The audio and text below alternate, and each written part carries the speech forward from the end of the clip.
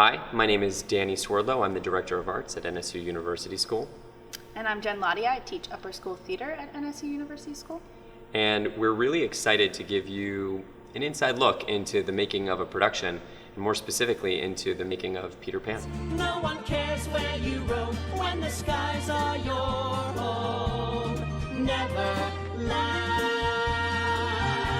In selecting plays for our season, we have a rubric that hits all the marks that we're trying to incorporate into a production. For example, things of educational opportunities, the resources we have, how it fits into the rest of the season. So when we choose something for an upper school musical, how does it fit with the lower school? How does it fit with the middle school to create a well-rounded season? And it's not nearly as simple as one might think. There's a lot that goes into it. We have to look at the cast size of the production. We have to look at the different types of opportunities there are vocally and musically. Sometimes we'll pick a play and we realize that there's a section of our pit that isn't represented, whether it's the strings, percussion, wind instruments. Potentially it could also be certain students, that we are looking at a show that's very heavy in male vocalists when we only have maybe 2 or 3 that year. So really we're kind of polling the student population, thinking about who's auditioning, who we have in our talent pool, and that's just the beginning of it. And then of course there's the can we do it factor. Yeah. With Peter Pan it was a question of can we fly. Certainly with some other productions, it's about whether or not we have the capability to produce the play or perform the play. There are a number of different factors that would go into that, whether it's sound, lighting, visuals, set. Those are all different parts of the equation that we have to figure out really early on. In my role, I often try to stay out of the casting process. Jen is the director, and there's a musical director in the room, and a vocal director, and a choreographer, and sometimes to have too many cooks in the kitchen can be a difficult thing. I like to remain objective, and it's always exciting when I get to see which students have been cast in the roles. When casting, one of the important things to remember for myself is that it is a puzzle. It's looking at the student and looking at the other students and finding where they fit best so that they are successful. The obstacles that we overcame throughout this process aren't really anything different than any other process. There's all these little moments that will happen in a process that you work together to solve and fix. There were puzzles. Yeah, this one had lots of puzzle. puzzles. It's another puzzle. How are we going to fly? Yeah. What's that going to look like? Yeah. What's Tinkerbell going to be in this performance? Who are you going to cast as Peter Pan? Little puzzles. Mm-hmm. Yeah, and flying was a new thing for me. It's not something that I've had experience with. So as we were staging, we had a plan A, a plan B, and a plan C. It's well, if your fly line can do this, then this is what we'll do. And luckily the actors were open and willing to take that on of, if this doesn't work, I know that this is our next step. This one, I think we really were proactive. Our production team was really on top of all of the different factors going into a production. And so I'm, generally confident in our ability to provide the vision that we originally started with. And I guess something that's a little more of a challenge creatively or thematically or concept-wise, telling the story of Peter Pan is something that I think the audience, everybody knows the story of Peter Pan, right? It was a big challenge for me to tell this story in a different way that didn't feel the traditional green dress, blue dress. 1954, Kathy Rigby. Yeah, Peter nothing Pan. wrong with Kathy Rigby. No, nobody Yes. is. Yes, but it was important for us as a team to tell this in a fresh new way. Tell this in a fresh new way that was relatable and was something that felt comfortable. Hi, my name is Rebecca Montero. I am the technical theater coordinator and the lighting designer for Peter Pan. Hi, my name is Liberty Lapioker and I'm the stage manager for Peter Pan. Basically, I run all of the production meetings. Once we've chosen a show, we need to get rights. Our lovely director usually does that for us. We get the rights for the show to make sure that we can actually put it on legally. Work with the director closely to do a set design, do costume designs, do all the designs, start putting it in the space. I mean, it's everything. It's literally every little detail has somebody checking on it and then has the director overseeing it. The role of a stage manager in a production is to basically manage like the cast and crew and make sure all the students are where they need to be at the right times.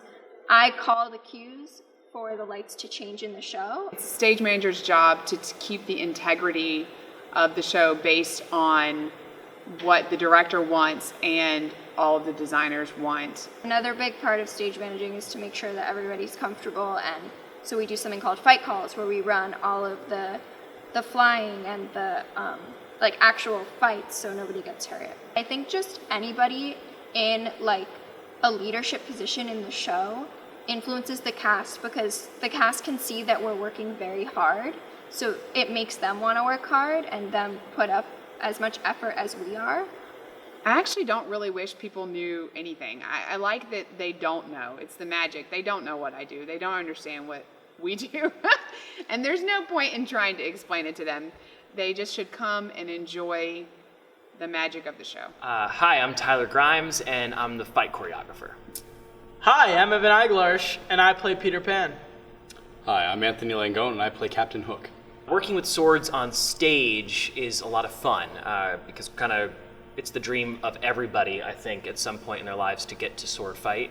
And as a choreographer, that was how I learned how to use those swords first.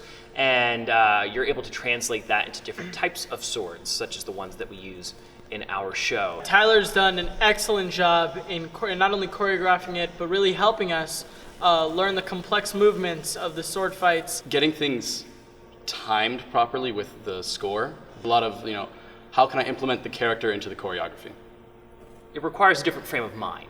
That's sort of why we have a fight call before any sort of fight performance.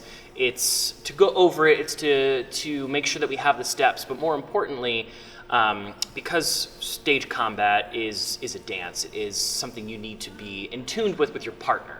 And so a fight call before a show, it's less just to get the moves right, and it's more so the two actors or the three actors, whoever's involved in that fight call, can check in with each other. My name is Sarah Cowley. I teach band, and I also run the pit for our shows. My name is Ali Uchuya, and I'm the student representative for the pit, and I'm first chair clarinet. Some challenges definitely would be trying to be kind of a role model for other students. And learning my part, even though it's hard for me, I have to kind of show other students that, you can do it and help other people. A pit orchestra is a group of instrumentalists who come together to perform the live music for the show. The challenge that I faced as a clarinet player in the show was a lot of the music, all the music was written for flute. So all the notes are super, super high. We've each been obsessed with our own parts, and you finally see how the whole thing fits together, and it's a magical moment, truly. As a team, we talked through a lot of different scenarios and options of where to put the pit for this show. Sometimes we are actually in the pit, in front of the stage. We talked about this year being on the stage itself, kind of off to the side, but because we're flying, which is super cool, it's not really safe. So this year we're going to be right here in our home, essentially, and we are going to be using all sorts of technology with our brand new sound system, but we will be absolutely playing live from the band room. What I want everybody to know about band kids and pit kids is that they really do work incredibly hard, but they rise to the challenge consistently. I'm Erin St. John, and I'm the choreographic mentor to Bailey in Peter Pan the Musical. I'm Bailey Busher, and I am the choreographer for Peter Pan the Musical, and I also play a lost boy. As choreographic mentor, I'm able to help Bailey, the choreographer, to give her advice, to suggest other options, guide her through the choreographic process in Peter Pan in creating the original dance steps.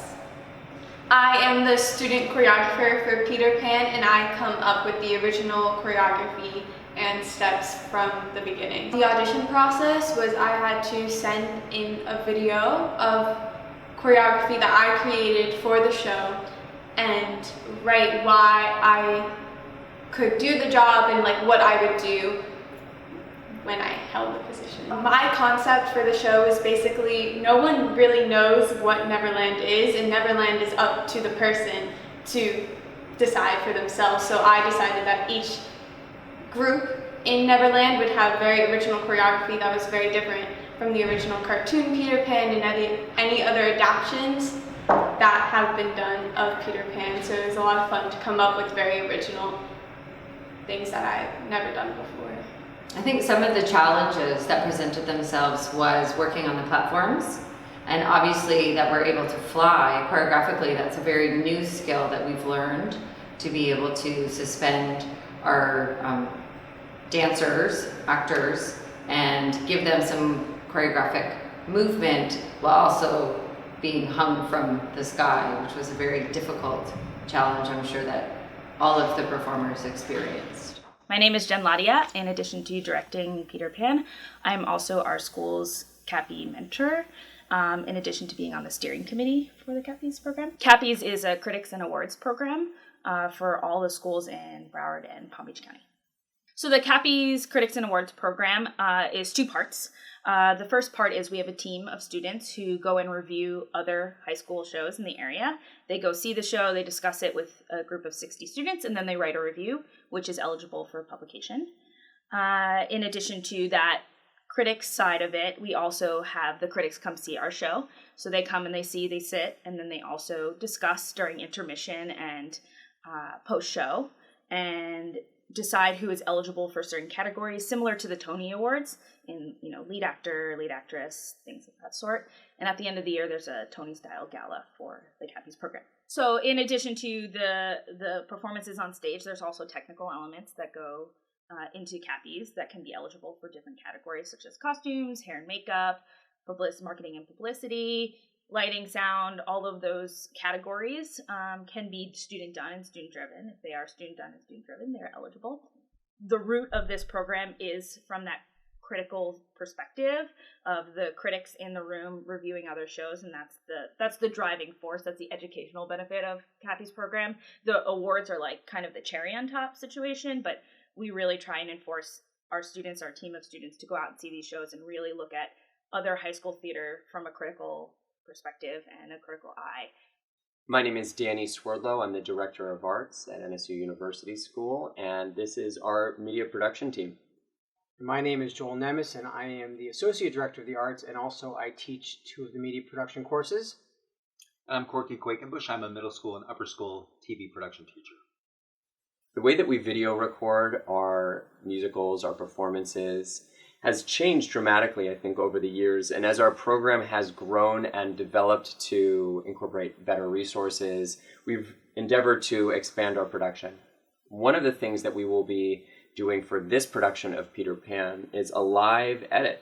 We have 5 cameras that are currently located in the theater, and they are network cameras, NDI cameras, and they send signal from the theater here to our control room. We are currently in the studio, U Studio, and just outside of this room is our control room, where we will have not only those 5 cameras, but 2 live human-operated cameras as well. So it'll be a 7-camera shoot. That is just on the day of the show. And one of the most exciting things for me is that the students are doing this. So the students are involved. They're doing the camera work, and they're going to be involved in the entire process. So it's really a wonderful opportunity for them as well as for us. There have been so many challenges that we have had to overcome in order to make this filming possible. First, every single one of our network cameras relays a signal back to this room at a different speed. And so one of our first challenges was just synchronizing the different cameras to make sure that they could sync up with the sound. Another challenge that we faced was getting the sound from the soundboard to this room so that what we're actually hearing when we do our live edit is the same quality sound that you are hearing when you're in the audience. It's been really a great process to see, as walking into it, how much work went into setting these cameras up in a stage and in a theater that have not been meant for that purpose. So the work that's gone into making this a recordable event in such a way that that the show blends together. And everything has to kind of coordinate. We have to be prepared. So we actually have to kind of know what's going to happen on stage before it actually happens and be prepared for that, because in the blink of an eye, we miss it. Something interesting is that our pit orchestra isn't necessarily playing at the same tempo every single time they perform. So whenever we record a song, even though that song may sound very similar from one night to the next, in fact, from an editing perspective, it's almost completely different. It's not just cameras pointing at actors. We have to be here the week of Tech Week so that we can see the performance, know where everybody's going to be, and start to anticipate those movements on stage so that we're there to capture them. When our video goes live, you can find it on sharkmedia.nova.edu. If you look at the left side of the screen in the menu options, you can see NSU University School. Look for our channel of performances, and you will find Peter Pan. No, we hope you enjoy the show, both the one in the theater and also the one that we broadcast. And thanks to our media productions program and our dedicated students, we have the ability to show you the making of Peter Pan in addition to the performance. So what you're seeing here is really a weaving together of all of the different digital media tools that we have in our media productions program. And so we are so incredibly excited to be able to integrate them and synthesize them to create this kind of synergistic opportunity. Enjoy the shows.